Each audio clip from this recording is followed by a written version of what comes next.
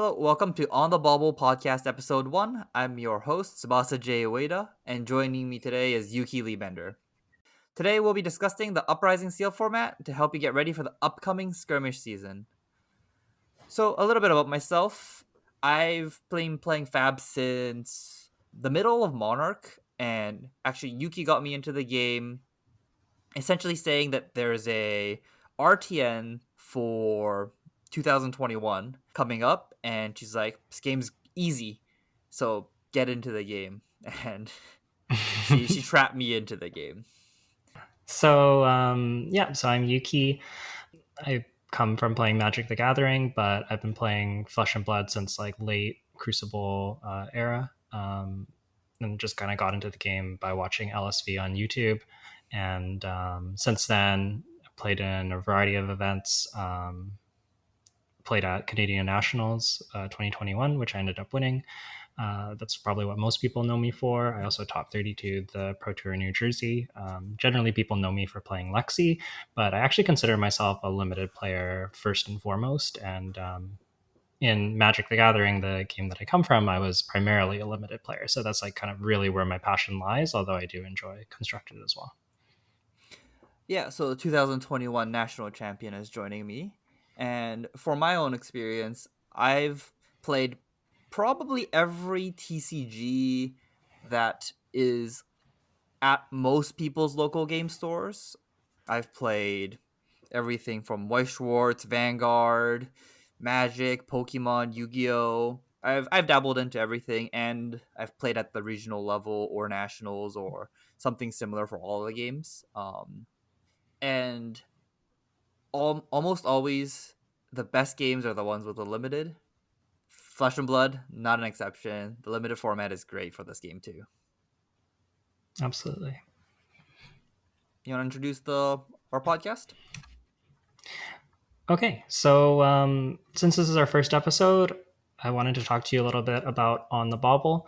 So, On the Bobble podcast, we're going to be focused primarily on Flesh and Blood Limited, and we really want to help our listeners develop strong fundamentals and help them become better drafters as well as sealed players. But our primary focus will be draft, since I think there's quite a bit of transfer over. Like if you understand a draft format, you tend to be able to play sealed well as well.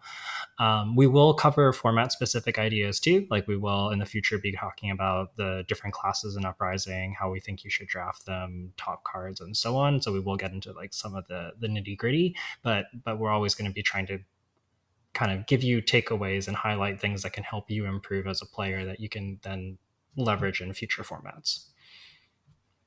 For On the Bobble, every week we want to at least get some input from our viewers. And this time it's not our viewers yet because this is the first episode, but we have some followers on Yuki's Twitter that asked some good questions. So we're just gonna go straight into it and ask those questions. And AOE Sammy asked, "Do you think limited should be an RTN format, or should it be reserved for higher tier play at Nats due to the players not playing the mode properly and making RTNs haphazard?"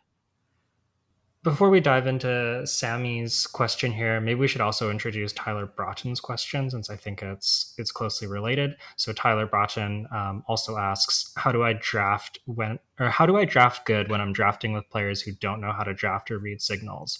FAP rewards great drafting, but you don't always have the luxury of drafting with great drafters."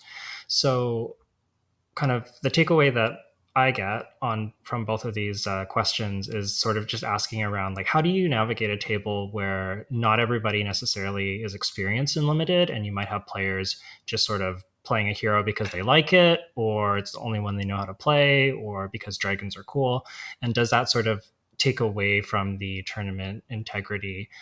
In my opinion, it doesn't. I think that limited is really important, both because it's accessible and because it's incredibly skill testing. I think that as a player, I'm always trying to get a read at what my table is doing and where people are at.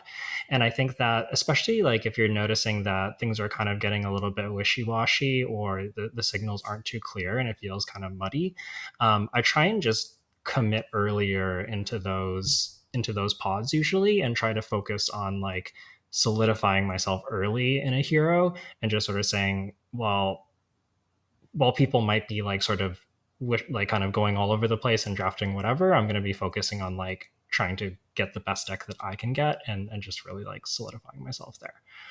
What about you, Jay? Do you have any other suggestions for players who are drafting at a table where maybe people aren't as comfortable with draft? Yeah, I think for me, the most important thing to think about would be to notice which cards you think are going to be valued highly by the less experienced players.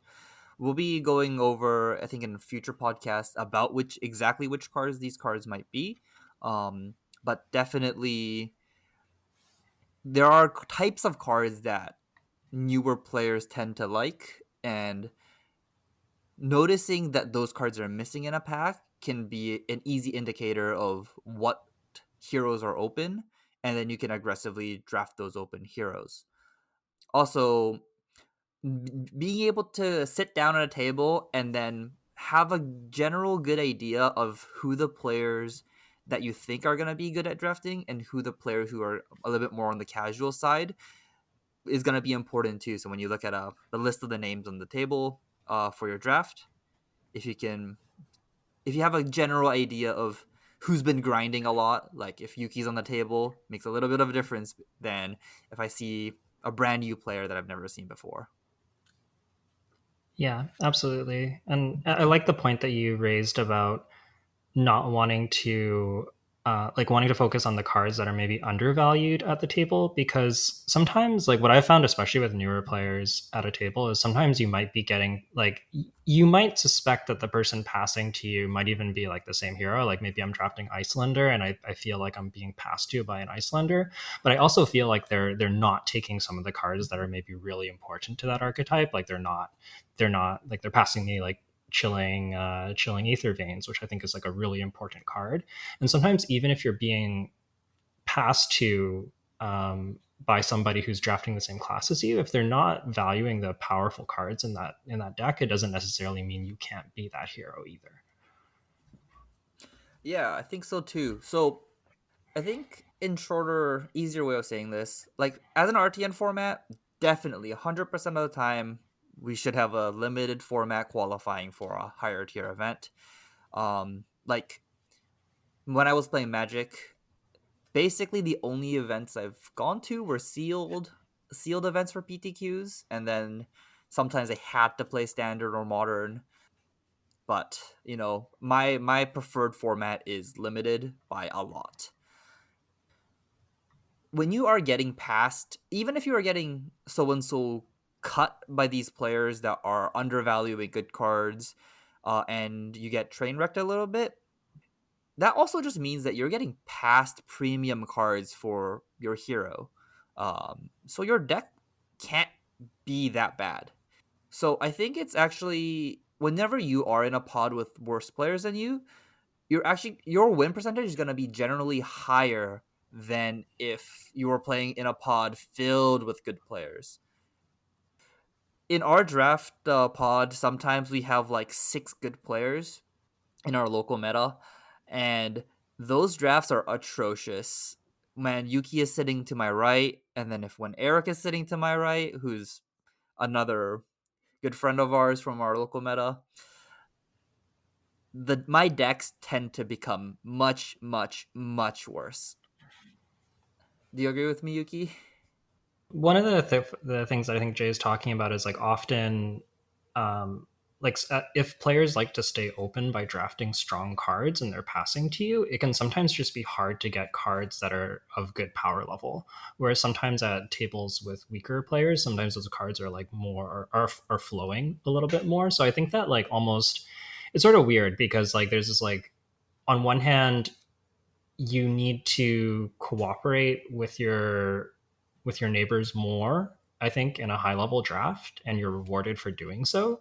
But I also think that like the average power level of the decks is not quite as high because a lot of players are kind of like drafting the powerful cards, especially early on in the pack, and often those cards are just like really really contested. So yeah, I think that like ultimately it's up to you to try and adapt to that draft and what's going on at the table, and it's like it's a skill that takes time and experience, but I think that you'll find that even if you're getting train wrecked at the draft, like it's likely that other people's drafts are messy too. And your goal is not necessarily to have like the greatest draft deck ever. It's just to have a better deck than everyone else at the table. And I think that with practice and some patience and learning, you should be able to reliably do that most of the time. Okay, then I think that's good enough for the questions. Let's get into our main topic. There's actually a lot we have to talk about today, just because I want to get over the general Uprising limited format for the people who haven't played limited yet before for this set, and obviously the more detailed things about sealed. So Scrimmage Season 5 is a mix of Blitz and Sealed depending on your local store.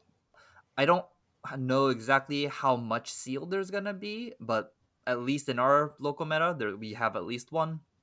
And Yeah. I'm assuming most people would have at least one as well. Yeah. And I believe there is a top eight draft as well at most of these events. However, we'll be focusing on Seal today since you still need to get through Swiss playing Seal. Yeah. So I just want to talk about how the format's going to work real quickly. You get 6 packs of Uprising. You open all of it up. In Uprising, we have 3 heroes. We have Fi, Dromai, and Icelander. Fi and Dromai do share the Draconic trait, which is going to be important when we talk about Draconic cards in general. And there is 2 types of tokens in this format, which is very unique to this format, where most of the time you have to draft your equipment. In this format, we have a token called Helios Miter. This card is a token equipment, which means every single hero gets to start it in their pool. You have to expect, or every single player that's going to be playing in your sealed game will have a Helios Miter. There is no exception to this. You want to talk Mm-hmm. about Phoenix Flame? Yeah, maybe we can just touch on Helios Miter really quickly because I think it actually informs a lot about the format. Mm-hmm. One of the things about this format that's kind of unique is that most heroes don't have that much access to Arcane Barrier, but Helios Miter can be activated multiple times. The pay two to prevent a damage from a source of your choice. The equipment gets destroyed at the end of the turn, but you can activate it multiple times. So the most obvious use case of this is against Icelander. If Icelander is going first, you can pitch into Miter as well as your Arcane Barrier if you have it, and avoid just taking like tons of damage right away on turn 0. Are there other uses of Helios Miter that you've used at all, Jay? The most common one would be Dromai. Dromai needs some ashes for her to operate. We'll talk about ashes a little bit later in the episode. But Helios Miter is an instant ability, which means you can activate at any point, even if they aren't doing damage to you. So if the opponent tries to pass, if I am playing Dromai, I like pitching 2 red cards into Helios Miter's ability. Lets me create 2 ashes. Yeah. Yeah, absolutely. That's a great use. You can even use it to filter your hand if you're going first and you don't want to attack your opponent. Although keep in mind they can do the same if you end up pitching most of your hand.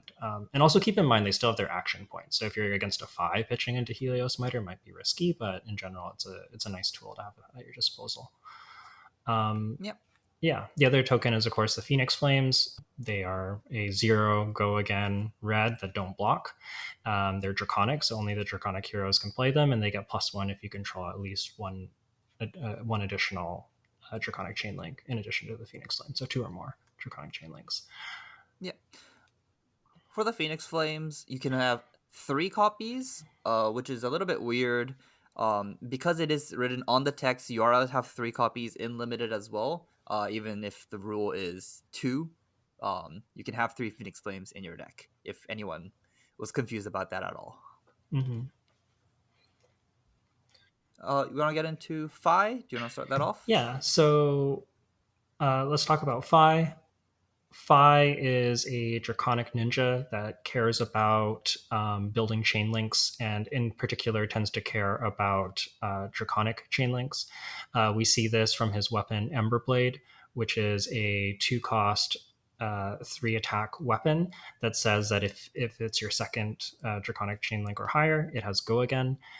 He also, his Fi's innate hero ability says that he can pay three and return a Phoenix Flame from his graveyard to his hand, and that gets reduced by the number of draconic chain links that you control. And also, he starts the game with a Phoenix Flame in the graveyard. So Fi is really all about using these Phoenix Flames and his weapon. And these attacks with Go Again to build draconic chain links, and then get some payoffs in the form of like rupture cards, such as like Breaking Point, which has sort of like a command. It's like a 1 for 5 that blocks three at red, and it has a, if it's rupture, so if it's chain link 4 or higher, it will have like a command and conquer effect where it destroys the arsenal if it hits. Yeah, so Fi likes building chain links with cards with Go Again. Fi typically wants a starter effect, so a leg tap or a head jab ability. Head jab is typically a zero cost attack that attacks for 3 at red, and leg tap is a 1 cost attack with Go Again that attacks for 4 at red. And they Fi typically wants something like that to start its chain and play multiple draconic cards to make Fi's ability cheaper and to do multiple attacks in one turn to be able to pressure both the hand and the life total of the opponent. So in general, Fi is the aggro deck of the format, and when you play it, you just want to attack and not block. Yeah, and he tends to be like very very efficient. His So Icelander's weapon sort of like is very good, but requires her to play a card, and Dromai doesn't really have a weapon. But Fi's Ember Blade is just super super efficient, and I think generally like the zero. I tend to like the zero costs a lot. They sort of lets you do like a zero cost attack for three into like pitch a blue for the weapon, and then you can activate Fi's ability to get a Phoenix Flame, and that's like 7 damage off of 2 cards, which is really efficient, and it's really easy to add onto that if you have a, I don't know, if you have another head jab, you can add that in there. If you have like another leg tap, you can add that in there, and it will reduce his hero ability. So he's very in addition to being like very efficient, he's like very modular. He can use like big hands and small hands very well. Yeah, and a lot of Fi's cards are very similar. Almost, I think every common card in Fi does essentially the same thing, where they're either a zero cost 3 go again or a 1 cost 4 go again. Some of them would require a little bit more setup, like Lava Vein Loyalty, which requires you to have a Draconic card first, or Cinderkin Devotion as well, with the same ability. But all its other attacks are essentially the same card with an additional ability, or the same card without the ability.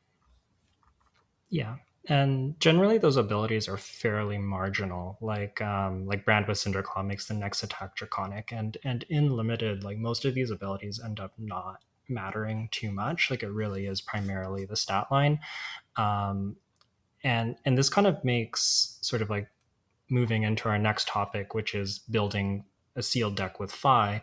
I think that this makes Fi sort of the easiest to come together, meaning that like you are the most likely to have a good Fi sealed pool compared to the other classes. Just because he has so many cards that are redundant and do the same thing, you tend to just like have that critical mass of good Fi cards. Like none of the Fi cards are really bad. They're pretty much all attacks with Go Again, and so long as you have a bunch of Fi cards, you probably have a decent Fi deck. Um, but that being said, what kind of stuff, like let's say you're opening up your Fi sealed pool at a sealed event, Jay, what kind of cards are you looking for right away to evaluate like if that sealed pool is strong or not? I think for Fi, I'm really just counting up how many red go again cards I have. So Dust Runner Outlaw, the the Ronin Renegade, and basically all of its counterparts. And I'm looking for red versions of that, not the blues or the yellow typically, but you're looking for a good density of red high attack power go again attacks. I think that is the first thing I would look at. The second thing I would definitely look at would be the generic draconic cards if you want to get into that. The draconic cards are typically cards that you want to play at the very end of the chain, and having a couple of those would be very strong, such as Rise Up would be one of the key cards I'll be looking out for in sealed for Fi. So does Blaze Headlong and Breaking Point and Flame Call Awakening would be very key cards I think Mhm. for Fi. Yeah. Lava Burst as well is like a premium rupture card. In Oh yes, general, I yes. think Almost the forgot about yeah Lava Burst. yeah. In general, I think the rupture cards are sort of at their best in Fi. Like Dromai can play the draconic rupture cards, but they're not particularly.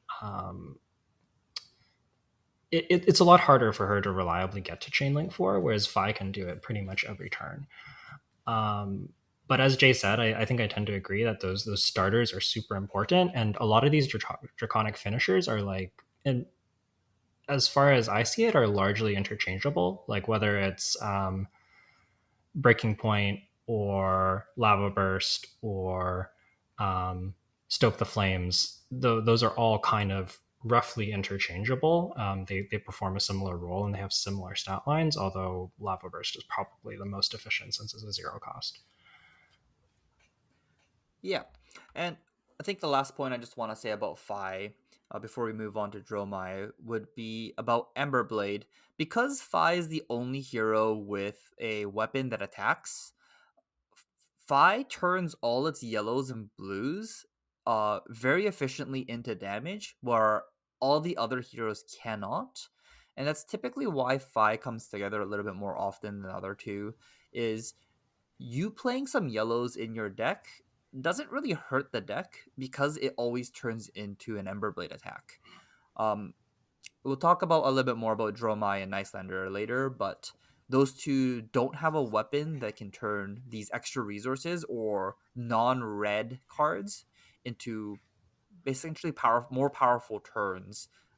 Even if you draw two blues with five, you have a way to use those resources and turning it into damage. Yeah, I think that's a great point. So when I'm building my Fi deck, like I want a decent number of blues. It probably depends on like what your go against starters look like. Like the more expensive starters you have, the more blues you're gonna want. If you have like a lot more of the head jab and leg tap variants where you probably only need like one blue per turn though, I might look to like have like, I don't know, 8 to 9 reds, like maybe 10 if I have a particularly expensive deck. But I think that's like sort of the range of blues I'm looking for. And then pretty much as many go again attacks as I can, and like a few chain enders, like maybe like four. I find like having not too many chain enders helps the deck be consistent. Um, what do you think, Jay, is like a rough outline for like what people should be looking for their Fi deck? Yeah, in sealed, you really don't have a choice on how many like enders you get essentially. I Mhm. think you only get one draconic card per pack if I'm not mistaken, and obviously the foil and the rare slot doesn't count, but for the commons ones at least, we only get one draconic card per pack. And that typically ends up being once there's a couple of unplayable draconic cards like Flameborn Retribution, things like the premium ones like Breaking Point and Blaze Headlong, you're only going to be able to actually get two or three. I think you'll be okay playing almost all of them. Mhm. Okay, ready to move into Dromai? Oh, let's talk about before we move on. Let's talk about how many Phoenix Flames would you play in Fi sealed? Oh, yeah. Super important question. I think that it really depends on your pool. So if I have enough cards that I'm happy to play in my deck, like good go again attacks, or even just like efficient reds, like critical strike, like as a generic is fine, or like if you have like a brother, like a red brother in arms as like a popper and a six attack, those are totally fine. I would play pretty much like all of those like solid cards over a Phoenix Flame. The main time I'm going above the one Phoenix Flame that starts in your graveyard is particularly if I have Flame Call Awakening that can search one up from my deck and put it into my hand. That's like a great reason to run an extra Phoenix Flame, but also cards that bring it back from the graveyard, like Rise from the Ashes comes to mind as like a fairly solid card, but you kind of want you really want to have like an extra Phoenix Flame to leverage that card. Otherwise, you kind of miss out on the Phi activation, and the rate on that card is not nearly as good. So typically for me, if I have like maybe 2 to 3, maybe around like 3 of those Phoenix, like those cards that care about Phoenix Flames that I want to have enabled, I'd probably look at like adding a second Phoenix Flame. And if I get up to like the 5-ish mark, I'd probably start running the third Phoenix Flame. What about you, Jay? Yeah, I tend to treat Phoenix Flame like a cracked bubble. It's pretty bad unless you have like Flame Call Awakening is probably the main card I want to have a Phoenix Flame in my deck. Uh, because if Phoenix Flame never blocks and only attacks for one at most, and I've seen too many people attack me with Phoenix Flame from hand for 0, and whenever that happens, I feel like I'm gonna win the game. Like they attack me for 0 with a Phoenix Flame, and I'm like, oh, I get to keep my hand, and now they have 3 cards left. And typically, when they attack with Phoenix Flame, they're just trying to get an Ember Blade to get go again, or something like that. So it's typically been a good time whenever they top deck a Phoenix Flame. So I tend to try and not draw them, and the best way to not draw them is to not play them. Yeah, I think that's a great point. Like these are not cards that you typically want in your deck because they are below rate.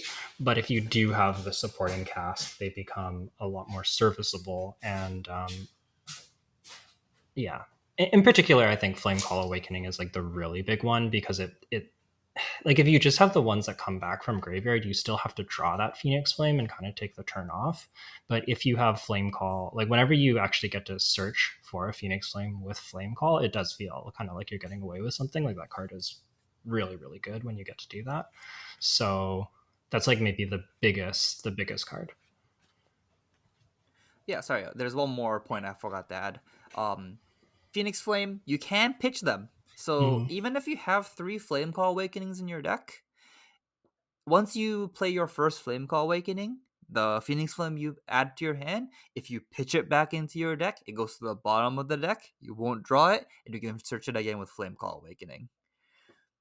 So if there for whatever reason, you only play one copy of Flame Call, that you play multiple copies of Flame Call Awakening and only 2 Phoenix Flames, you can continually search the same Phoenix Flame back up, whenever you need it. Mm-hmm. Yeah, and one like kind of like final thing about Flame Call Awakening that I think makes it such a good card is that the shuffle effect is actually quite good. Especially if you have multiples of these, when you shuffle your deck, you're typically going to be shuffling back your resource cards, so your blues that you've pitched.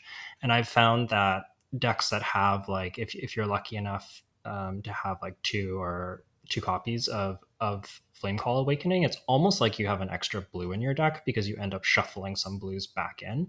So it sort of helps like smooth out your resource curve without actually running like extra blues in the deck. Yeah, I think that's all good points. Okay, let's move on to Dromai. Okay, so I'm just gonna read out what Dromai does. So Dromai is quite a bit of a complicated hero. I think it does have, I think, one of the most like weirdest rules text. So Dromai's first ability is whenever you pitch a red card, create an Ash token. And then its second ability is if you played a red card this turn, dragons you control have go again while attacking. So to get into Dromai, we actually have to explain a lot of things. So first, an ash. What is an ash? Ashes are a draconic illusionist token, which has the subtype material, or maybe it's not a subtype. I believe it is. I think it's a It's subtype. a subtype I think so. material. Okay. Ashes. Ash just has the text of while ash is under an object, that object has phantasm. And talking about ash, we have to talk about dragons. The On backsides of all the Ash tokens is a card called Aether Ashwings. They are a Draconic Illusionist token, Dragon Ally. So they are an ally.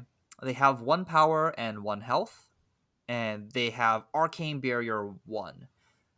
This makes it Dromai the only hero to be able to gain more than one Arcane Barrier on the board, which is only important against Icelander. But Aether Ashwings are created with effects, not Dromai specifically, but all of her cards, or most of her cards, deal with either Ash tokens or making Ashwings, or turning ashes into Ashwings. So, very important about Aether Ashwings, this card does not have attack on it. So you cannot declare an attack with any dragons that does not have the keyword attack on it, unless you control Dromai's uh, weapon, Stormus Sandakai, where use all dragon allies you control have once per turn 0 attack. Okay, go ahead, Yuki. Right. So, Dromai's other sort of major mechanics, the first one is also related to Ash, and this is the dragon invocations. All of the dragon invocations are red block 3 non-attack actions that require you to target an Ash and turn that Ash into whatever dragon is on the backside of the card. So the dragon invocations are all rare or higher. You typically don't get that many of them, and they're sort of like they're all they're similar to Aether Ashwings in that they are allies with life and attack, but they typically tend to be a little bit stronger in their effect. So to give you all an example, there is Invoke Miragai, and Miragai is a 2 power Draconic Illusionist ally that has 4 life. And Miragai says that your first dragon that attacks each turn loses and can't gain Phantasm. So, yeah, Miragai protects your dragons from being popped by 6 power attacks, which naturally all your dragons and all your Aether Ashwings can be, because they have the Ash token underneath them that gives them Phantasm. So Dromai has that same vulnerability that Prism has, where the 6 power attacks can be used to pop her allies and neutralize her threats. I guess the other mechanic that she has is Phantasm, which is also like we've seen this in Monarch from Prism, and it works exactly the same. But she has a few attacks with Phantasm, like Ember Moss Senpai, which is just a 8 power 2 cost attack at red that blocks for 3, and if it gets destroyed, it will create an Ash, and it has Phantasm as well. So yeah, sort of a key drawback to keep in mind as Dromai is that you do have to deal with your opponent having poppers sometimes, and that can be like a really big tempo swing since they're often trading not just for the card that you played with, but also any of the resources you use to play that card, whether that's literal resources you pitched for or Ash, which you had to generate, and that Ash is very much a resource that you have to manage. Yes. For sealed, Dromai is, I think, a little bit on the weaker side because it requires so many things to come together. Uh, as we talked about, to generate Ash, the easiest way is to pitch reds. So Dromai really wants a density of reds, but some of her attacks are quite expensive or does cost resources, so you also want blues. And you also need reds to play to give all of your dragons go again. So you need a. It's probably the most. It's the deck that requires the most deck building from you. So it struggles a lot in draft of needing very specific cards for the deck to work. And in sealed, that problem is almost amplified to the point where it's very very difficult to build a good Dromai deck in sealed. Yeah, I know at like the Vegas pre-release and some of the events that I've seen online that Dromai is definitely the hero that tends to do really well in sealed the least often. And I don't think it's because she's necessarily bad, but because she needs so many specific cards and like the right mix of cards to really work. And it's hard to get that to come together, um, especially in sealed when you don't have any like agency over which cards are in your pool. So you really need a pool that like supports Dromai. Um, so, Jay, do you want to kind of walk us through what some of those key cards for Dromai in Sealed are? I actually haven't had the chance to play Dromai in Sealed. My pools, I've only played a couple sealed events so far, and the events I've had, I actually haven't been able to build Dromai. I was just completely short. I didn't even have enough playables to play Dromai. So what kind of draws you into that deck when you're looking at a sealed pool? Yeah. So going back to the Vegas premiere that we went to, uh, I went 5-1 with my Dromai deck there in the seal pool. My deck, I just had probably the perfect ratio of a lot of the cards. But the most key card I think that you need to have to even think about playing Dromai is Silken Form. This is the Draconic Illusionist equipment on the arm slot with the ability Instant, destroy Silken Form, and transform target Ash you control into an Aether Ashwing. And also has Quell. Oh, I guess we haven't talked about Quell yet.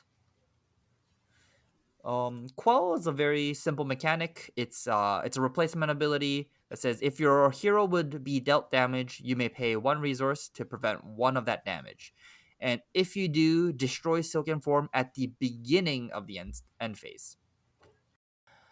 So Silken Form is a card that turns your extra ash at any point into an Aether Ashwing, and it's it's the equipment that turns like a spare. Like if you have Go Again already that you don't have any cards to play, you can just turn one of your ashes into an Aether Wig and get in for one extra damage. And out of all of the equipment, I think Silken Form is the most powerful equipment in the set. It's just a little bit unfortunate that Droma is just very difficult deck to put together. But I think Silken Form is the most powerful common equipment in the game. Sorry, I wasn't considering legendaries, but Yeah. definitely in the commons, Silken Form is top notch. Yeah, that one Aether Ashwing really does so much because not only is it the one extra damage on that turn, it's also a threat that they need to then answer and at least devote one damage to. Otherwise, it will keep accruing one damage again and again and again, and that value really adds up quick. So between stopping a damage through Quell and attacking for one and then eating a damage from them killing it, it's almost like a 3 point swing from Silken Form sometimes, which is a lot. Yes. And so for which card main boardable cards are we looking for? It's going to be red Rake the Embers, red Billowing Mirage, and red Skittering Sands. I believe all three of those are commons, if I'm not Yeah. mistaken. Uh, the, all the other colors do not matter. It does have to be red Rake, red Billowing, and red Skittering Sands, as well as the dragons, the rare dragons, which is hard to get them, but you do definitely need either the one cost or the zero cost dragons. It being mana efficient is or resource efficient is very important because you are looking to play a density of reds, and often you're gonna have the three red, one yellow hands, and you do need to be able to play all of your attacks to keep up with both Icelander and Fi. And lastly, the most important, not the most important, but definitely powerful cards are the senpais or senepais. The red ones in particular, they attack for a lot of damage. The Ember Maw Senpai, the red 2 cost, attacking for 8, which has probably the highest damage in this set, if I'm not Yeah, mistaken. it does. Yeah, it's like a whole. it's like a whole 2 points better than like Brother in Arms if you compare it to Brother in Arms, and it blocks for an extra as well. So like two more attack and it blocks for one more compared to Brother in Arms. So the rate on it is just incredible. Yeah. So you're really looking for those red cards, and if you probably need about five, preferably six of those cards in red for you to be able to even consider playing Yeah, Dromai. and maybe one thing for maybe some of our viewers who haven't played with Illusionist as much is keep in mind that Phantasm does specify that it has to be a non-illusionist 6 power or higher. So even though Ember Moss Enopai does have 6 or more power, it is not actually what we call like a popper that would break a dragon or break a Phantasm. So just keep that in mind when you're playing. I know the first time I played Monarch, that was a little bit confusing for me. Okay. I wanted to talk about the mythic dragons. Typically, newer players or people who haven't played with these mythic dragons, when they open the mythic dragons, they're gonna be like, "Oh, I want to play Dromai and I want to play these mythic dragons." Yeah. In short, I just want to say, do not do it. It's not worth it. It's a trap. Yeah, I think like some of these cards might be kind of playable. Like I might end up with them in my deck, but they're not really they're not really a huge incentive to be in Dromai. Like kind of breaking them down, like Dracana Optimi, the 6 cost is just too expensive. 6 cost is really, really hard to play. If you do resolve it, like it has a nice on attack trigger. It is 6 toughness. It's probably good against Icelander, but it's just so tough to cast. Tomeltai melting equipment is like really more of a CC thing. The draft equipment's not so great. I actually do think Dominia is pretty good. The 4 cost is the most playable, and like the 4/4 stat line, and being able to just like rip a card from their hand if you reveal a red off the top is really, really powerful. But I would so if you come from like Magic or some other limited games, like sometimes you see that bomb card that's gonna win you the game by itself.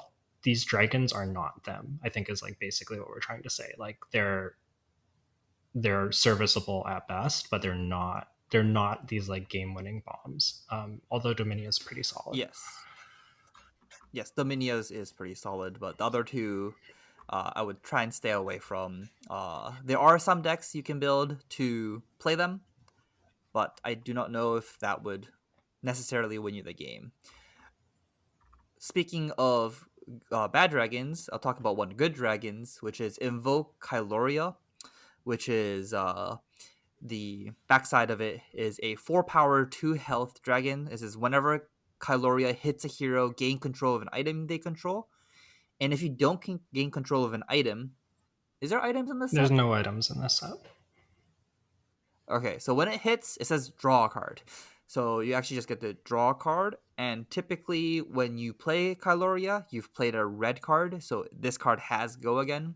And when this hits, you get to draw a card and immediately play that card. This card is the best dragon by far. Yeah, and I know that sometimes people get a little bit shy about it because, like, especially against Icelander, where like an Ice Bolt or an Aether Hail. We'll talk about Icelander soon, but where she can potentially kill it as it's attacking.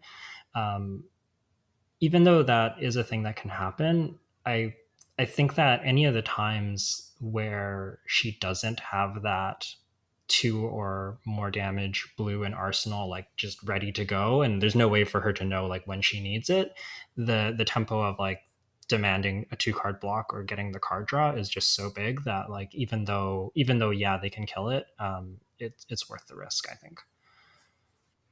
Yeah, definitely. Okay. I guess one dragon we didn't mention was uh, of the expensive dragons. I think my favorite is Necria. I think it having 7 toughness and attacking for 4 is really, really good.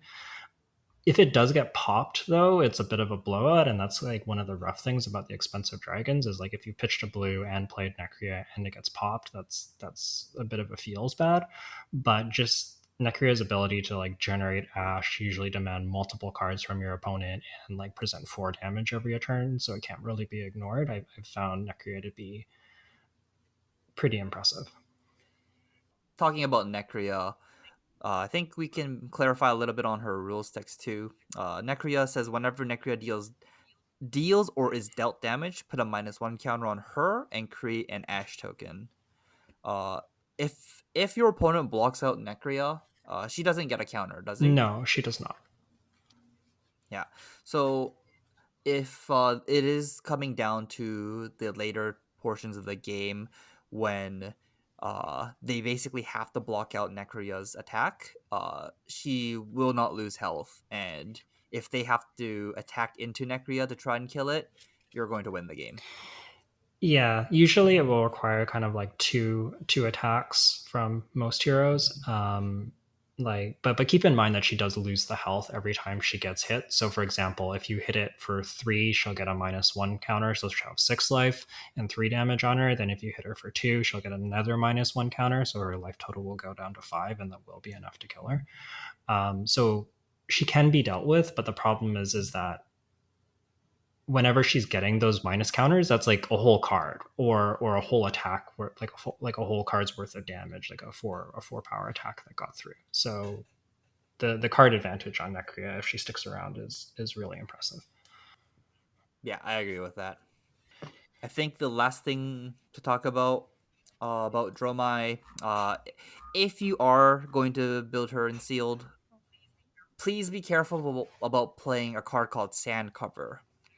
Sand Cover, at least the red one, says target Ash you control gains Ward 4 until end of turn. And this card does not have a block value, and it is a Draconic Illusionist instant. The Sand Cover is the red Sand Cover in particular is good against Iyslander, but it is not that good against Fi or the Dromai Mirror. The red one in particular is the most playable of the three, but you should be looking at playing almost all of the other generics over hand cover most of the time. Except for against Iyslander. This should be more of a sideboard card against Iyslander.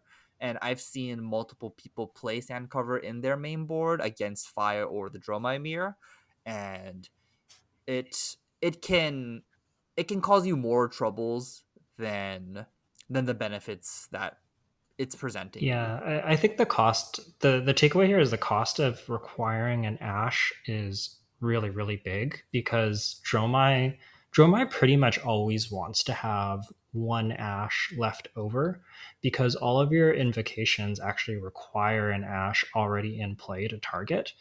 So you cannot just like pit, like, even though if you pitch your red to play the invocation, you get an Ash, that you won't have a target until like when you're announcing the spell being cast, and you're always wanting to have that one Ash kind of left floating at the end of your turn, so that if you do draw into like an invocation, you can actually play it.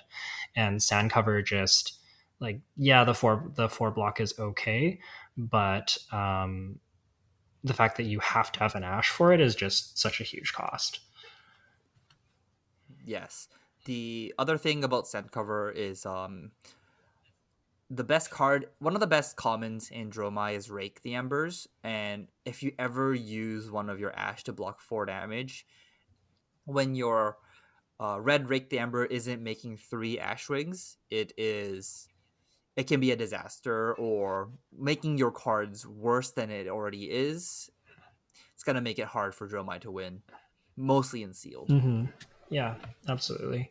Um, yeah, so your sealed Dromai deck like very well might contain some yellows and some blues of some of those cards, but like Jay said, like you really kind of want a critical mass of those red go agains so that you're able to turn on the go again for all of your dragons. So yeah, the yellows are somewhat playable, but the reds are really key since they turn on so many of Dromai's mechanics. Okay, and I think before we move on, the last question I think a lot of people will be asking is it okay to play Phoenix Flame Dromai decks?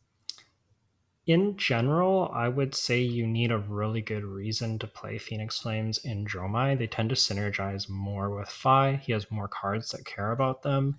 And we kind of already mentioned like how Phoenix Flame is almost like a bauble, sort of the same thing for Dromai. It is worth noting that it is a red go again that does turn on your dragons. So like you can pitch it to make ash, you can give your dragons go again for 0 cost. So it's not completely dead, but I think that it not blocking and not really doing much does make it quite a liability. And I would want to look for a reason to be playing it. I think the big one again would be like Flame Call Awakening, possibly Transmogrify, although I find the Transmogrify Phoenix Flame it's a little bit it's okay, and if you're getting that Phoenix Flame off of like a Flame Call Awakening or like a Flameborn Retribution, it's okay. But if you're spending like a Phoenix Flame in hand and a Transmogrify and a card to pitch, that's 3 cards for like an 8 power attack if it's the red one, and that's not it's okay, but it's not fantastic. It's not really where you want to be. Yeah, it's more of a, oh, I've done this cool thing and this 3 card combo. But then in reality, you spent 3 cards for 8 points of damage, which is at best Yeah, and then when on you par don't with all draw the it other with the cards. Transmogrify, it's like a little bit of a disaster. So yeah, I think you want to actively have reasons to include Phoenix Flames and Dromai, rather than just including them just because. Yep. I think the last point I just want to make right before we move on, I forgot. I almost forgot about it. To trigger Rupture in Dromai, the easiest way is to start with a red card, or any red strip, and then if you have multiple Aether Ashwings, you can attack 1 1 1 1 1 1, and because they're all Draconic cards, and you don't have to break the chain and attack you with each of the ash rings, you can make a very long string of chain link, just using the ash wings. And the one card that comes into mind when talking about really long chain links is Red Hot. I think Red Hot is more of a Dromai card than a Fi card, because you can get up to like 6 or 7 chain links if you chain enough Rake the Embers together. This might not be for sealed and more for like a Dromai draft deck where you can end up with like 4 Rake the Embers. But when you do get up to the critical mass of Aether Ash Rings, and if they can all attack, finish with a Red Hot, that is a very good way to deal Yeah, some but unblockable I damage think to your importantly, like opponent. Red Hot is more of like a payoff for having a good Dromai deck than it is a reason to be Dromai, at least in my eyes, because you need to be able to like get all those ash wings first for that card to really be live. So it's like a nice like icing on the cake, but it's not like a reason to be in Dromai.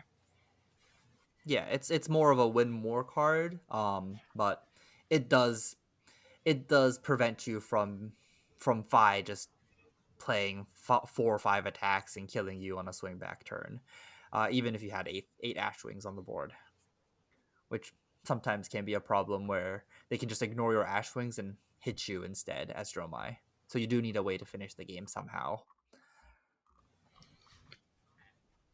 Okay, let's talk about Icelander. Do you want to start us off? Yeah, so Icelander is probably my personal favorite hero in Uprising. I find the games with her are very intricate. There's a lot of decision points, and there's just like a lot of play to them.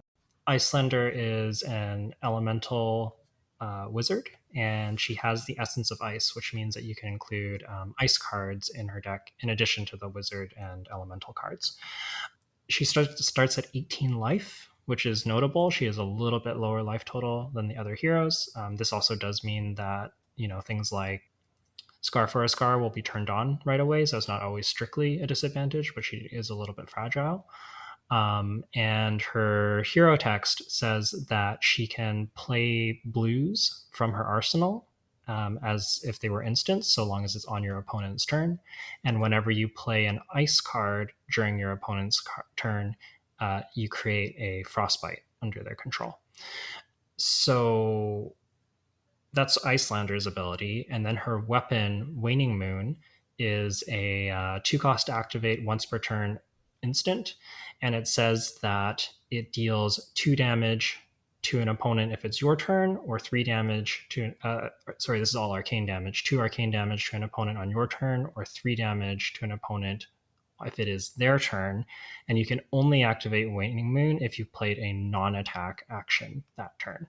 So kind of like very broadly speaking, Icelander is trying to play a non-attack, follow up with the Waning Moon for the 2 damage on her turn, or especially 3 damage on her opponent's turn, and sort of play this like chip damage game where she can keep presenting this arcane damage that is hard to block, since it requires the opponent to have Arcane Barrier. And typically, most classes only have access to Arcane Barrier 1, except for Dromai, who has Ashwings. the Aether Offerings. Yeah. Some of Icelander's core mechanics is one of them is Fuse. So we've seen this in Tales of Aria. When you play that card, you can pay an additional cost of revealing an ice card to get an additional effect. So in the case of Aether Ice Vein, this is the red one is a 3 cost 5 arcane damage spell that can target a hero or an ally. And it says that if it's fused with an ice card, and it deals damage to a hero, that hero has to discard or pay 2 resources. So Fuse is sort of like a key mechanic for Icelander that does give her just like a little bit more of a punch in some of her spells. Notably, you do have to pay. You have to pitch for the spell before you fuse. So you cannot pitch and fuse with the same card. You have to pitch as well as fuse on top of it. So something to keep in mind with your sequencing. I think a key point with Fuse, with Icelander in particular, is the blue cards that require the Fuse does make it easier for Icelander to fuse, as the blue card is going to come from the arsenal. That means you have a full hand from drawing up from the end of your turn. So even after paying the cost, it's very easy to keep an ice card in your hand to just show your opponent for the Fuse. Yeah, and typically, if you're fusing something like a red on your turn, usually you really want that to be a blue because that allows you to then arsenal that card, and play it on your opponent's turn. Although you could also pitch it to Waning Moon if you have to. Mhm. And I think the last keyword will be afflictions. This is, I think, only on mythic rares, if I'm not mistaken. Yeah, this is primarily like Frost Hex and Hypothermia. Yeah. So afflictions are auras. They go onto your opponent's board, and they give the controller of the affliction aura an ability. So, for example, Frost Hex, Frost Bites you control have at the beginning of your end phase. This deals 1 arcane damage to you. So let's talk about Icelander's equipment here. She has a few different pieces of equipment. I think the most important one is the Spellfire Cloak. This is a wizard chest equipment with Arcane Barrier 1. And it says that if it is your opponent's turn, you can destroy it and gain a resource. I think that this card is really essential to Icelander, both because having Arcane Barrier in the mirror is really crucial. Like if you've ever played an Icelander mirror and you have Arcane Barrier and your opponent doesn't, you're at such a huge advantage. It feels almost hard to lose at times if you have Arcane Barrier and your opponent doesn't. But also that one resource can be really clutch because at worst, that one resource is going to be like 1 health off of a quell if you have like a quelling slippers or something lying around. And at best, it can be a whole extra Waning Moon activation on your opponent's turn. Like maybe you have a yellow in hand and you have a 1 cost in your arsenal, and there's just like no other way for you to do it. But getting that extra Waning Moon activation is a whole extra 3 damage. It can also let you play cards like Ice Bolt that cost 2 from your arsenal. So you could have a blue Ice Bolt in your arsenal, come in for 3 damage, give them a frostbite, and then pop the cloak to get a Waning Moon activation off with only like a single blue card pitched. So just this ability to be like worth three whole points of damage is pretty impressive. I think my favorite card to play off of that one extra resource would be Oasis. Oh, sorry. The card of the name is Oasis Respite. It's the prevent the Mhm. next 4 damage that will be dealt to target hero this turn by a source of your choice. And if you have less life than each other hero, you may gain 1 life. It's a generic instant that anyone can play, but with the cloak, you can just pay the 1 and block 4 damage, gain a life. So essentially, if you just break the cloak, it'll stop 5 damage, and you don't have to pitch anything for it. Mhm. And then Icelander's other equipment is there's the glacial horns, which you can. It's an action. You can break the glacial horns to freeze their arsenal and up to one ally that they control. And this is really good for sometimes just like producing pivot turns out of nowhere. If Dromai has a dragon you can't deal with, you can freeze it and kind of deal with it next turn. You can also potentially freeze their arsenal if there's a turn where you say, I really need to be able to just hold on to my hand next turn so that I can do something on my turn and then kind of take over the game. Glacial Horns is really good for that. It also combos with the Conduit of Frostburns, which is a Wizard Gloves. These gloves have Quell 1, and they also have an activated ability where you can destroy them. And the next spell that you have that deals arcane damage gains, if it deals arcane damage and hits a hero, destroy any frozen cards that they have in Arsenal. So you have like a little bit of a mini combo here where you can Glacial Horns their arsenal and then Conduit of Frostburn to blow up that arsenal. I think that you need to be selective about when you do this. Giving up 2 pieces of equipment is a lot, but sometimes popping this off and taking their arsenal is pretty powerful and something to keep in mind that you can do. Just on a side note, do not forget that Glacial Horns is 1 card in their arsenal and 1 ally. So if you are playing as Dromai, you get to freeze both. Mhm. And the most important thing about Glacial Horns is that remember you have Helios Miter. Uh, in the mirror, Glacial Horns does absolutely nothing. Because it is an action, Icelander does get to respond to it before the card gets frozen. So they can, if it's a blue card, they get to play it still. Yeah, yeah. You should definitely be playing the Miter over the Glacial Horns every time in the mirror. Okay, then so what are we looking for when we open up a pool and it's looking like an Icelander pool? Like what makes you go into Icelander? The biggest thing is that you need to have a critical mass of blues. Just to like, you want to be activating that waning moon, which costs 2, and you also need the blue non-attack action so that you can play spells on their turn, which is when your waning moon is the most efficient. Typically, an average turn for Icelander might look like pitch a blue on your turn, play a 1 or a 0 cost from my arsenal and activate waning moon, and then maybe on my turn I might want to play like a 1 or 0 cost and activate waning moon again. So that would be like 2 blues already, and then maybe like a third blue for arsenal. So you can see how like hungry for blues Icelander is, and I think that how good your Icelander deck is largely predicated off those blues. You want them to be primarily non-attack actions because those are the ones that she can play at instant speed. But that being said, I think having a few attacks is okay. In particular, critical strike, which blocks their 3, is like pretty serviceable if you have a couple of them. And blue brother in arms has been pretty impressive for me.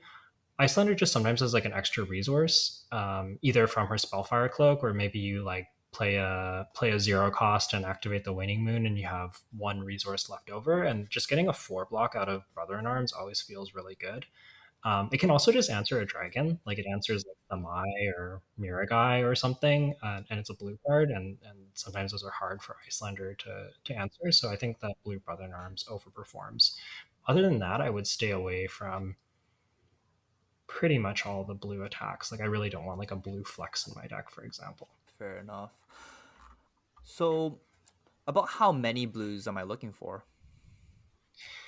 Yeah, I would say that ideally I want like 15. I'd say sort of like 15 minimum. Like maybe I played an Icelander deck in Vegas that had 14. It was okay. I wouldn't go too much lower than that though. And I think ideally you want more in like the 18 to 20 range, but you're not always going to be able to get that.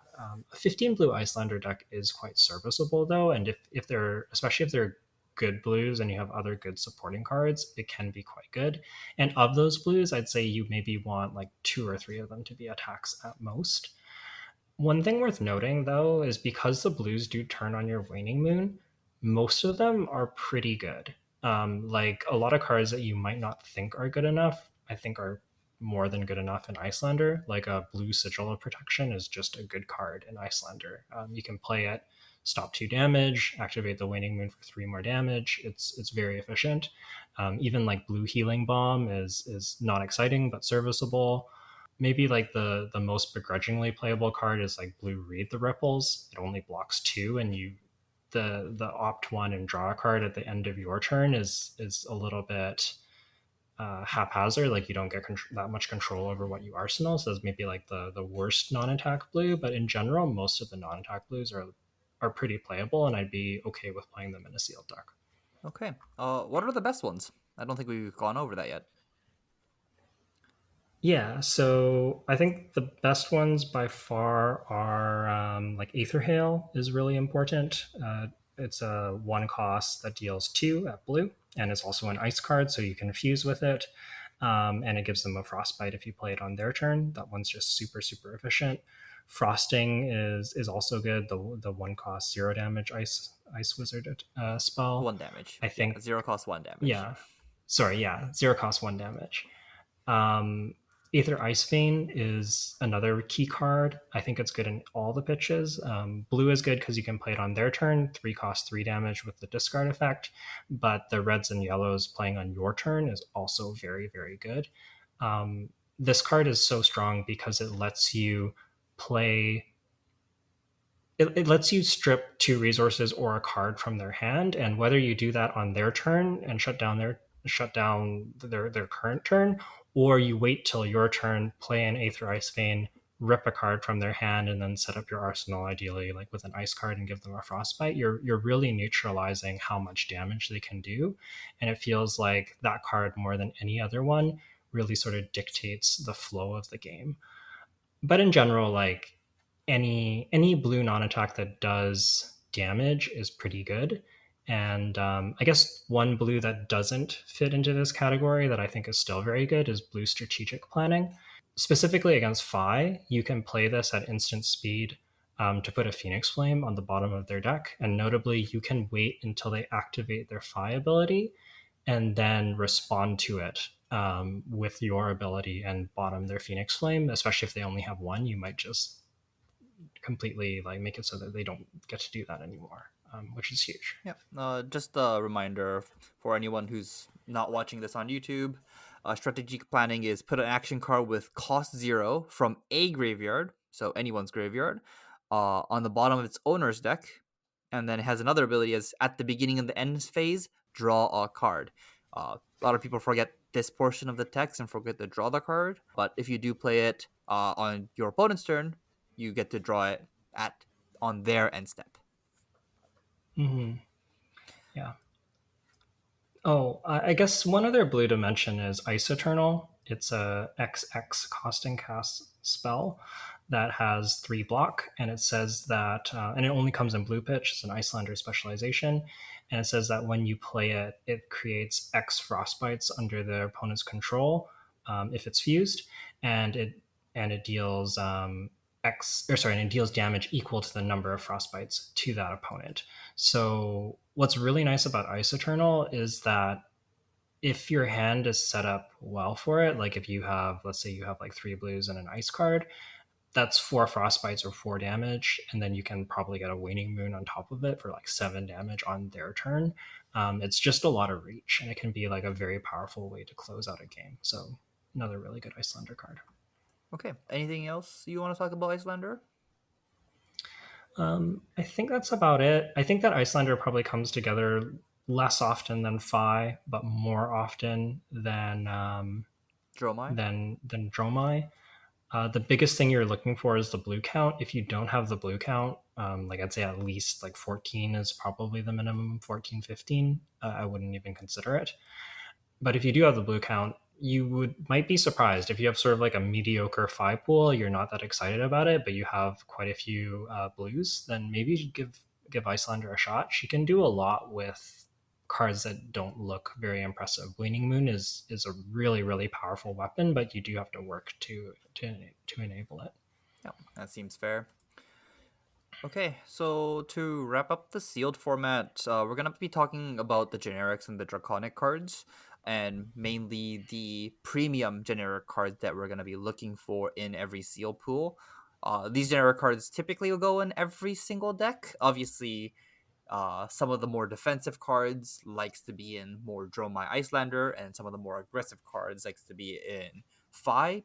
But in general, these cards are in sealed premium cards. You just like are praying to open at common. The first card is the card I talked about when we talked about Icelander. It's Oasis Respite.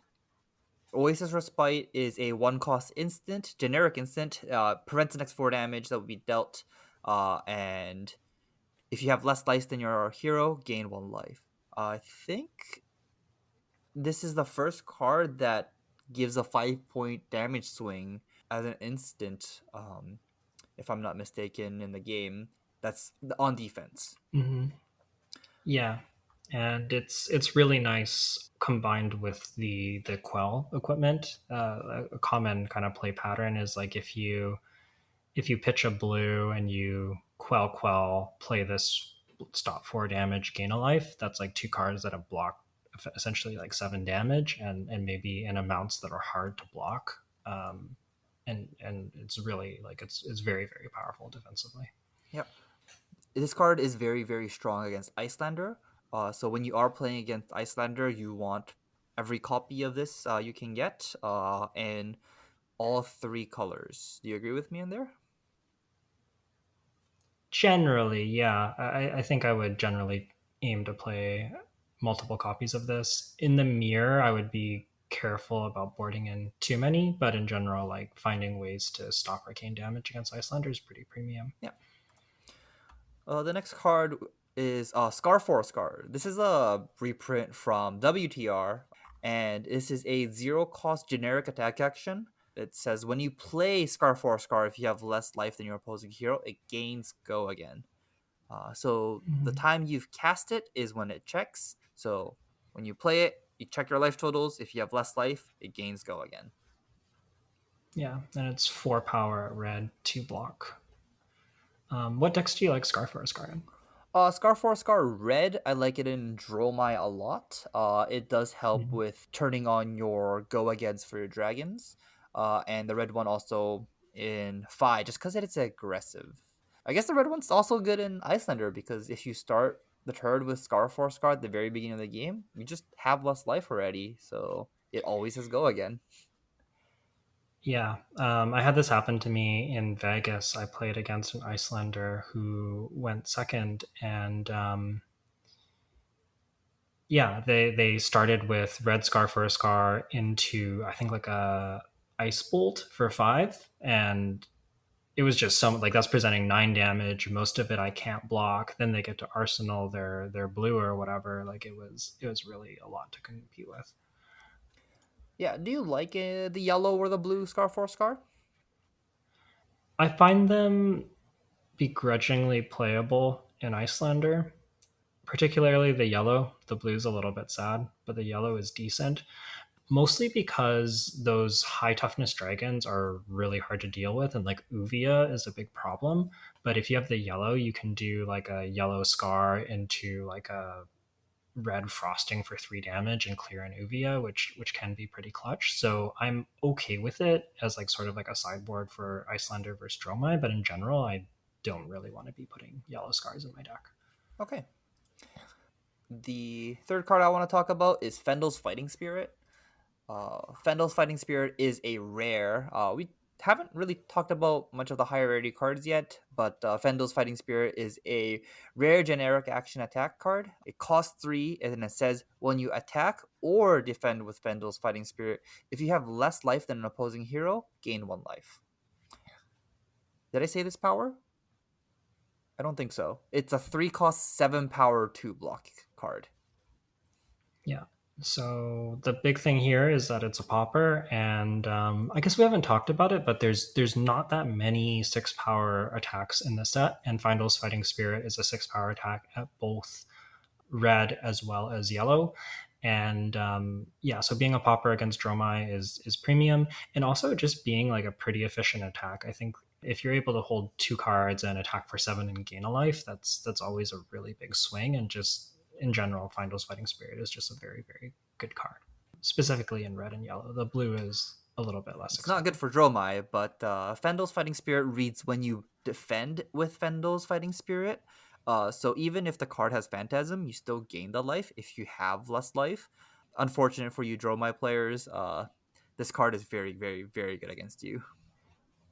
Yeah. So I guess in general, like as Dromai, you can expect to get popped like maybe once per game, once or twice per game. In sealed, the poppers are pretty sparse. There's just like red Brother in Arms at common, Findle's Fighting Spirit, and red and yellow at rare. There's flex at rare, but that does require like two resources to pump its attack to 6. So it's like a 2 card block to be a popper. And then there's erase face at majestic, and I guess thaw at majestic as well. Mhm. But you don't see majestics that often. So Yep. The next yeah, card, as you mentioned, that I want to talk about with Brother in Arms. The red one is a 2 cost generic attack action that attacks for 6, blocks for 2, but it has the ability when you defend with Brother in Arms, you may pay a resource, and if you do, it gains 2 armor or 2 defense points. Not sure what people call it nowadays. yeah. So primarily the red here is the one to look for. Although the blue, as we talked about in Icelander, is pretty good.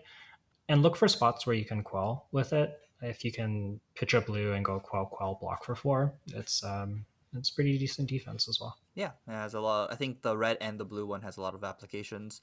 The yellow one is okay, but probably the worst of the three for sure. Yeah, it's serviceable, but it's not. It's sort of like a 29th, 30th card where if you have to play it, you can, and it's not super embarrassing, but it's not great. Yeah, I think I agree with that. And the last card on my notes says Blue Strategic Planning. I think we already talked about it in Icelander, but what about for the other heroes? Would you play it? I think in general, I would. Certainly in the Phi matchup, I would tend to play it. I think that the reds and yellows are a little bit of a trap just because sometimes putting the Phoenix Flame on the bottom of your opponent's deck just doesn't do anything if they've already drawn a second one. But in the blue pitch, just having a blue that can kind of hose fi, especially if it's early in the game, is just really, really powerful. So, like, if you ever open this in turn 0, you just get to bottom their Phoenix Flame or force them to start with a Phoenix Flame in their hand if they want to pitch for it. And that's just really, really strong. And then the rest of the times when it's not relevant, you can just pitch it for blue. So, I'm usually pretty happy playing this against Fi. What about Um, against the other heroes like Icelander or Dromai? it's okay. It does replace itself. I think as Icelander, it's pretty much always fine because it does have the draw card and it turns on your waning moon. But for Phi and Dromai, I might not want to play Blue Strategic Planning so much outside of the Phi matchup. Okay, so it's mostly a hoser for Phi. Yeah, mostly a hoser for Phi, and for Icelander, it's just an efficient card because it replaces itself. Okay, and the last things I just want to talk about is legendary equipments. We really haven't touched most of the majestics. But let's even skip all the majestics and talk a little bit about the legendary cards. Are they like broken to all hell like they are in CC, or what do you think? I think in general, like a good shortcut for the legendary equipments is if they block, they're probably good, primarily for their ability to block. I think most of the abilities aren't particularly relevant. Like, I don't know, maybe Flame Scale Furnace's activated ability to give you resources could be relevant if you're on Dromai, but in general, these are mostly cards that block. That being said, even like a block 2 with Blade Break or a block 2 with Temper is very, very strong, and starting with that extra like 2 to 3 life is a huge deal. And if you open a legendary equipment for one of the classes you play and it blocks, that is a very reasonable, like that's a pretty big nudge to want to be that class, because whenever you play that class, you're just starting with, 2 to 3 extra life. Mhm. Then what about cards like Ghostly Touch, where it doesn't block? Ghostly Touch is pretty unplayable. I would, if I have literally no other equipment, I would play Ghostly Touch and expect it not to do very Mhm. much. But I would play like a quell equipment over Ghostly Touch. Okay, yeah, fair enough. I agree with that. Like all of the zero blocking legendary equipment, like how do I pronounce it? All Alvation Constellus? Alu Alluvian Constellus. Yes, okay. I butchered the name there. But yeah, like this card as well. It does have Arcane Barrier 1, so it's okay, but I'd rather have a Spellfire Cloak. Yeah, notably, Alluvian is really good, specifically in the Icelander mirror. I actually did play against it once, and it is pretty broken, just because getting to get, like, every 2 turns where they stop arcane damage, they get a free waning moon activation, which is just crazy amounts of value, and is pretty overwhelmingly powerful. Like, I really felt outclassed by this when I played against it in the mirror in Vegas. But it's really only relevant in that matchup. Like, in all your other matchups, you're going to want The Spellfire Spellfire Cloak. Cloak. Yeah. And yeah, it's like a small nudge to play Icelander, but because you don't know what you're going to be playing, and I think you're going to be playing more Fi than anything else, it's like not a huge reason to play Icelander in sealed. Okay, I don't think we need to talk about legendaries that much more. You probably won't see it often. It's, I think, about one in every four drafts. You might see one player with one, and you might not even play against them, and they might not even have the deck to play it, so they might not even play it. So I think, as Yuki said earlier, if it blocks, play it. It's really good. If it doesn't, it's probably not that good, so you can probably skip on it. Let's talk about draconic cards. We talked about most of them, but I want to talk about the higher rarity cards in draconic that I see a lot of people try to play. Is the first card I want to talk about is Liquefy. How good is this card? Liquefy is basically like a secret rupture card, because it requires chain links to be able to get rid of, to have an effect. And the effect that it has is just not very relevant in limited. So I think that Liquefy is like almost a blank card in limited, and I would play just about anything over Liquefy, to be honest. It's pretty close to unplayable. The payoff is just not worth, like, the card typically. Next card is, oh, sorry, I almost forgot about the top card, Thaw. How good is Thaw? Is it playable? Would you play this, or would you skip on this as well? I think Thaw is okay as a popper into Dromai, and honestly, probably I'd imagine it's serviceable into Icelander. You can, a 2 for 6 attack is sort of like a brother in arms, and then you can deal with a frostbite. Against Fi, I wouldn't be that excited to include Thaw in my deck though. Mhm. So it's okay, but it's not great. Yeah.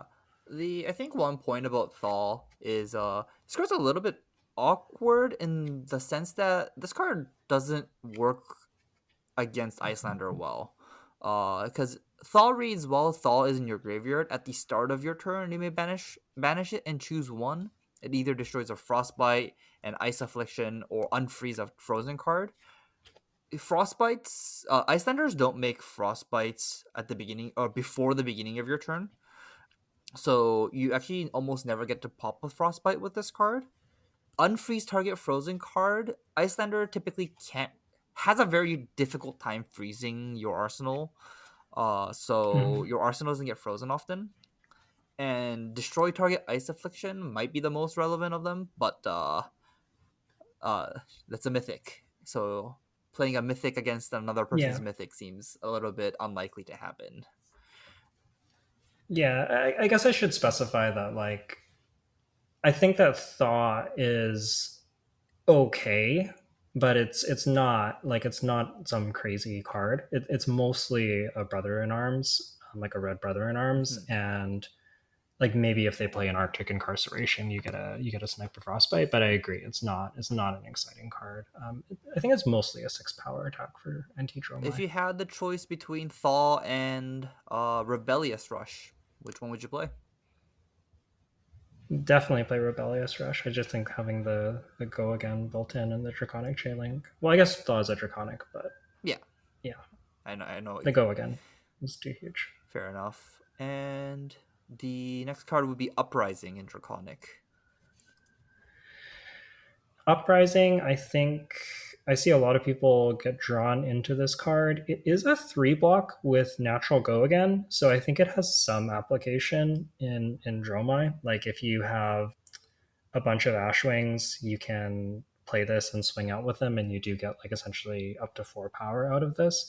However, the scenarios where it matters are pretty narrow, and overall, like this is like a card that's like maybe you can put it in your in your draw my deck if you have a lot of Ashwings, but it's not really. It's never a card that I'm like looking for, and it's definitely not a reason to play Draconic. It's just a card that is kind of okay in Dromai and Yeah, not really that good in Fi because it doesn't give a chain link. yeah. I think at least for me, I look at Uprising like a slightly better Phoenix Flame. It's just a zero starter that gives your next attack +1, and it's just so hard to attack with enough draconic attack that this card does get that 4 points of power, and most of the time it will give one, maybe two, uh, and Hmm. then obviously it's a fine card when you play four, but like Blaze Headlong does 4 damage without working for it, so I don't know. This card has some competing cards at common that probably do its job better. Yeah, it's like filler. I think it's like filler in Dromai at best. Yeah. If you're looking for that red density, it might be good. Yeah, and it does block 3, so at least it has that going for it. Yeah, you're right. And then the last Draconic Mythic is Tome of Firebrand. Is this playable? I would caution you against putting this in your Dromai deck. I think that while you can sometimes get to Chainlink 4 in Dromai, it's not reliable, and sticking this, even if you arsenal this card, it might just get stuck there. In Fi, I think if you have a deck that is very good at going wide reliably, it can be a strong card. Although I might hesitate to play it, like I might not want to play it into Icelander. So I think it's like it reads very powerful. Drawing 2 cards is really good, and if you ever resolve it, it is a really good effect. But you really want to make sure that your deck is realistically going to be able to get there, and and yeah, maybe when you're being taxed by Icelanders like discard and frostbites, you might want to shy away from playing this card. Fair enough. I think a key card to make sure you need to have if you want to include Tome of Firebrand in your deck is Flameclaw Awakening and Inflame. Both I think both cards extend your Draconic Chain Links very easily, and Mhm. probably the only time you can really play Tome of Firebrand is if you have those cards. Yeah, more or less agree. Yeah, so those were all the Draconic cards. Did you want to talk about any other Majestics that you have in mind? Yeah, there's a few. I think Erase Face gets mentioned for being a popper. I think the effect on it is just okay, but it is a 6 power attack that you can play. It's decent. Um, I also want to talk about Insidious Chill. I think Insidious Chill is maybe the closest thing to a bomb in this set. I think in general, this set's Majestics are not very bomby. Like they're not going to win the game on their own. But I do think that Insidious Chill is incredibly powerful. It's a blue 3 cost non attack, and it says you can play it out. It's an aura, and it's an ice card, and it says that whenever you fuse, you can remove a counter from it, and your opponent discards or pay 2 resources, and it starts with 3 counters on it. It is a little bit slow to get going. Like the 3 cost is a lot, and if it's late in the game, it's too much. But having the floor of being a blue and Icelander and an ice card is pretty good. And if you ever get to resolve this even somewhat early in the game, it just completely takes over the game. Discarding multiple cards from your opponent's hand is just a ton of tempo, and it's really hard to keep up with Insidious Chill. So that's a card that's really impressed me, and is a pretty strong reason to be Icelander if you have the blues and the fuse to support it. Notably, you do have to fuse. So if you're not able to fuse, you cannot play this card. You know about how many fuse cards you're gonna be looking for when you play Insidious Chill? Oh my god, I can't pronounce these cards. I'd probably want at least like 5 to 6 fuse cards that I'm planning to play. They could be reds or blues. And I also want to make sure that I have a decent number of ice cards to fuse with. But I find that Icelander typically has quite a few ice cards almost without trying. So it's usually more like the good fusion spells that are the bottleneck more than anything. So this could be cards like Icebind, where if you fuse them, they don't do that much extra, or it could be like the premium fuse cards like Aether Ice Vein. But yeah, usually around like 5 to 6. Okay, that sounds. I think I agree with that too. Any of the other? Oh, I think there's one more mythic I want to talk about. It's that all you got. It's a mythic generic defense reaction. All the generics, this might be one of the most powerful. It's a 0 cost generic defense reaction that blocks for 3 that says while this card is defending an attack with 2 or less power, when the combat chain closes, draw a card. The thing with this card, I only got to play with it once so far, but this does block a lot of Fi's yellow cards. And typically in limited, Fi does have to play some yellow cards, mainly the yellow head jabs. When you do block that all you got with that all you got, you do get another card back that you can swing back at Fi. And I really like that against him. And another thing that's good with this card would be blocking Dromai's Aether Ashwings. If you really just need to like filter through your hand, you can block the 1 power dragon and just draw another card to try and put back pressure on your opponent. Typically, it's not game breaking, but I think it is definitely better than a lot of random commons in the set. Yeah, I think it's strong enough that you basically always want to be playing this card into, I think, Dromai and Fi if you have access to it, regardless of what hero you are. It working against the Phoenix Flame for Fi is like also pretty big, since they will Phoenix Flame you the majority of turns. So stopping a damage and then replacing itself is just a free life. So it's pretty solid. Uh, any other cards? Maybe the last yeah, the last time I want to talk about is Spreading Flames, mostly because this card is making big rounds in CC. So this is a Draconic Ninja card that is 3 power, 2 block, 1 cost with Go Again. And then it says all of your Draconic cards they get +1 attack if their base power is less than the number of Draconic chain links that you control. So with like the kind of combo Fi deck that's running around in CC and won the Calling Utrecht, I think this is a card that's on a lot of players' radar, and it reads as very powerful. In my experience in limited, like it's a pretty good card. It is a starter, but it's not that much stronger than like often this is basically just a leg tap. Like if you think about like you pitch a blue, you play this for 3, you play your Ember Blade for 3, and then you get like a +1 on your Phoenix Flame. Often it'll be like a leg tap. Sometimes you might get like a 5th power out of it if you have like a particularly potent turn. So I think it is like a solid card, and I would definitely play it in 5. But um, it's not just gonna like run over the other player and take over the game the vast majority of the time. Although you probably, I can imagine a few turns where if there was a Spreading Flame in limited, it'd be pretty good. But in general, this card is like Yeah, yeah. Just like a solid playable, not a crazy bomb. Particularly in limited, draft, and sealed. The problem with this card is that it buffs the Phoenix Flames that you attack with, which makes it more appealing for the opponent to block the Phoenix Flame. So like they could, if you attack with Spreading Flame for 3, they can block it for 3. The Ember Blade for 3, block it for 3, and the Phoenix Flame for 2. And if they block that for 2, uh, you essentially turned your opponent's hand into like a perfect block situation more than getting over these breakpoints like you can do in CC. Yeah. And I mean that's still okay because like you're getting 3 blocks out of your opponent for 2 cards, like a blue and your spreading flame. So it's still like a pretty good deal, but it's just it's really not that much stronger than like a leg tap. It's pretty comparable. Yeah, Yeah. yeah. I think it's very replaceable in the deck with a common. Mhm.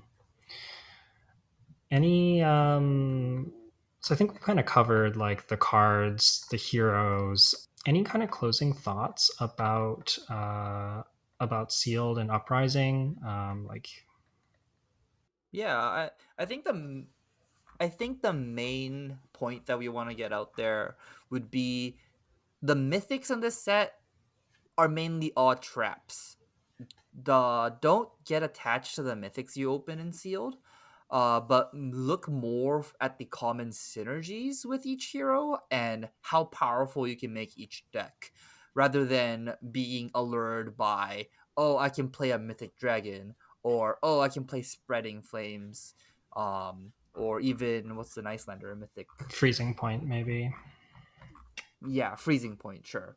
Like these cards are not the reasons you should be in that deck, but this should be more from the commons. Like I'll be more happy to play Icelander if I opened 2 Aether Hails than if I were to open 2 Freezing Points. So I think what I want to say is a lot of the Majestics in the set pretty bad. Uh, you're looking for more common synergies to round out your deck essentially. Yeah, and it's really kind of those things that we talked about for each of the heroes to prioritize. So maybe just to like sum that up again, for Phi, it's really those go again starters that have just like unconditional go again, especially the head jabs and leg taps at red because they fit in with the Ember Blade. For Dromai, you're looking for those red go again attacks, and you need the reds to pitch as well for her Ash generation and some Hero ability. dragons. Yeah, and then for Icelander, it's really about that critical mass of the blue non-attacks. So when you're evaluating your pool, I would separate into like what hero they fit in, and you could make a separate pile for the Draconic that can go in either Dromai or Phi, and then sort of like evaluate what each of those heroes look like and see what's possible. I would say that in general, I'd imagine you're going to wind up Phi majority of the time, and you're really looking for reasons to like be Icelander or reasons to be Dromai, and that would just be having like for Icelander that'd be like having the high density of blue non attacks, and for Dromai that would be maybe like a good mix of all those cards that Jay talked about, the red go agains, the dragons, the centipies. You really need a lot to come together. Anything else you would look at that might like draw you towards a hero besides sort of those commons that we highlighted? Typically, the number of equipment you get to play would be another thing that can draw you into a hero. If you have like a hero that gets to play 4 pieces of equipment is much stronger than a hero that can only play that can play one. You can always have one because of Helios Miter, but 1 versus 4, that could be the difference between you winning the game and losing the game. So if you are a Phi deck that doesn't have any equipment, you might at least try and look at the other heroes that can play 4 equipments if possible. Mhm. But then again, Phi has the Ember Blade equipment, so that might just even be better than some Quell equipments. Yeah, yeah. Phi really does come together often. Maybe on the topic of equipment, all the classes kind of have like two pieces of two like main types of equipment, one with arcane barrier and one with quell. In general, I find the quell equipment to be really good. Like Heatwave in Phi is usually always worth like 1 to 2 damage, and Silken Form in Dromai is worth a lot. Whereas the Arcane Barrier in those classes is still solid, but only really relevant into Dromai. Like the Tide Flipper's like ability to give a 2 power attack go again, or Dromai's Stilettos being able to, what is it? If an attack gets broken, you can get your action point back for 3 resources. It's just like it never comes up. So those cards are really like EB for Icelander, and that's about it. Yeah, I don't think I've ever actually gained an action point back. Just because it's either too expensive or I just won't have another card to play after or attack with another after this. Yeah, and Um I haven't even seen it still waiting for that happen. day. I haven't even seen it happen on the other side of the table either. Like it just doesn't come up. Um, Yeah, it really doesn't. I guess Oh, the speaking one. about stilettos, Go ahead. yeah, can I just yeah, I don't know if not everyone knows this interaction with stilettos and Icelander, but Icelander does have a sneaky way of getting around stilettos, where if Dromai attacks with a dragon, you can actually pop the dragon with like a arcane damage card, like a blue Aether Ether Aether Hail. Hail. Yep. Yeah, and if the dragon dies, there is a point in the game essentially where you can't actually use silent stilettos to gain the action point back if it's before the actual attack resolving on the dragon. It's a little bit hard to explain in the podcast, but Yeah.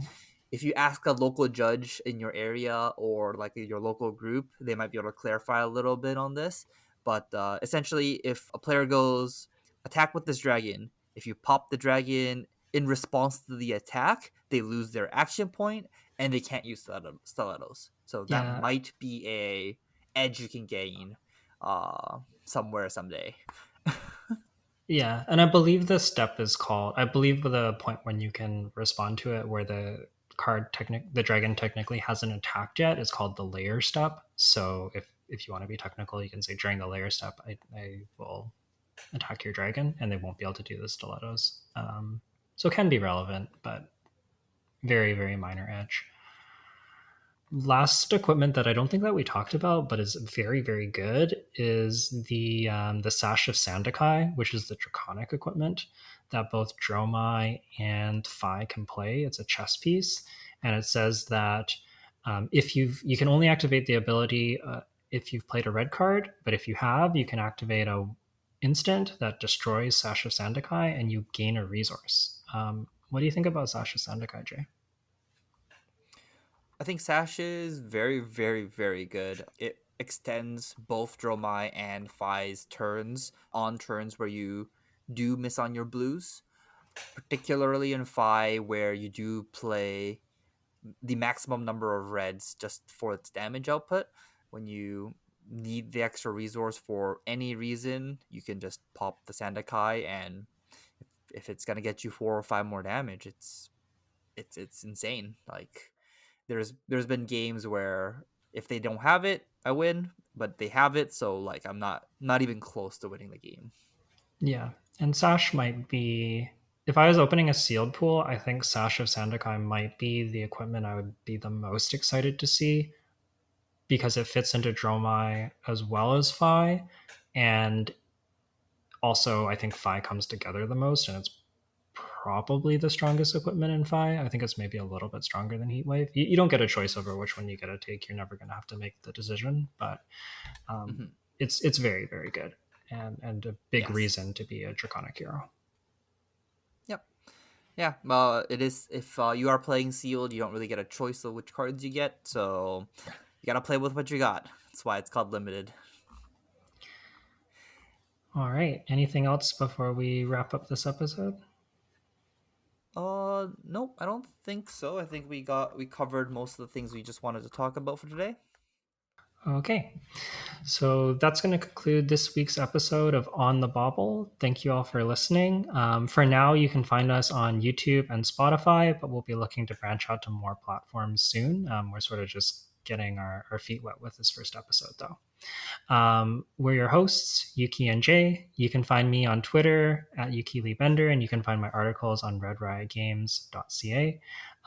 Jay's currently not active on social media, but we'll see if we can maybe encourage him as the podcast gets going and grows here. Thank you so much for listening, and please like, comment, and subscribe to help us be searchable on YouTube. That's all for this episode, and goodbye for now.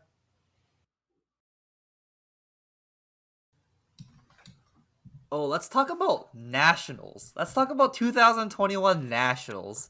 Oh my god. Oh my god. Okay, so a little bit about myself.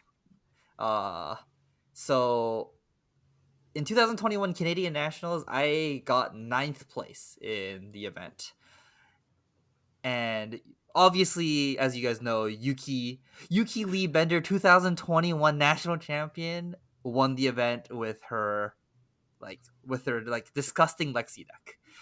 Just preyed on everyone's Briars list that was trying to like play the best deck in the format.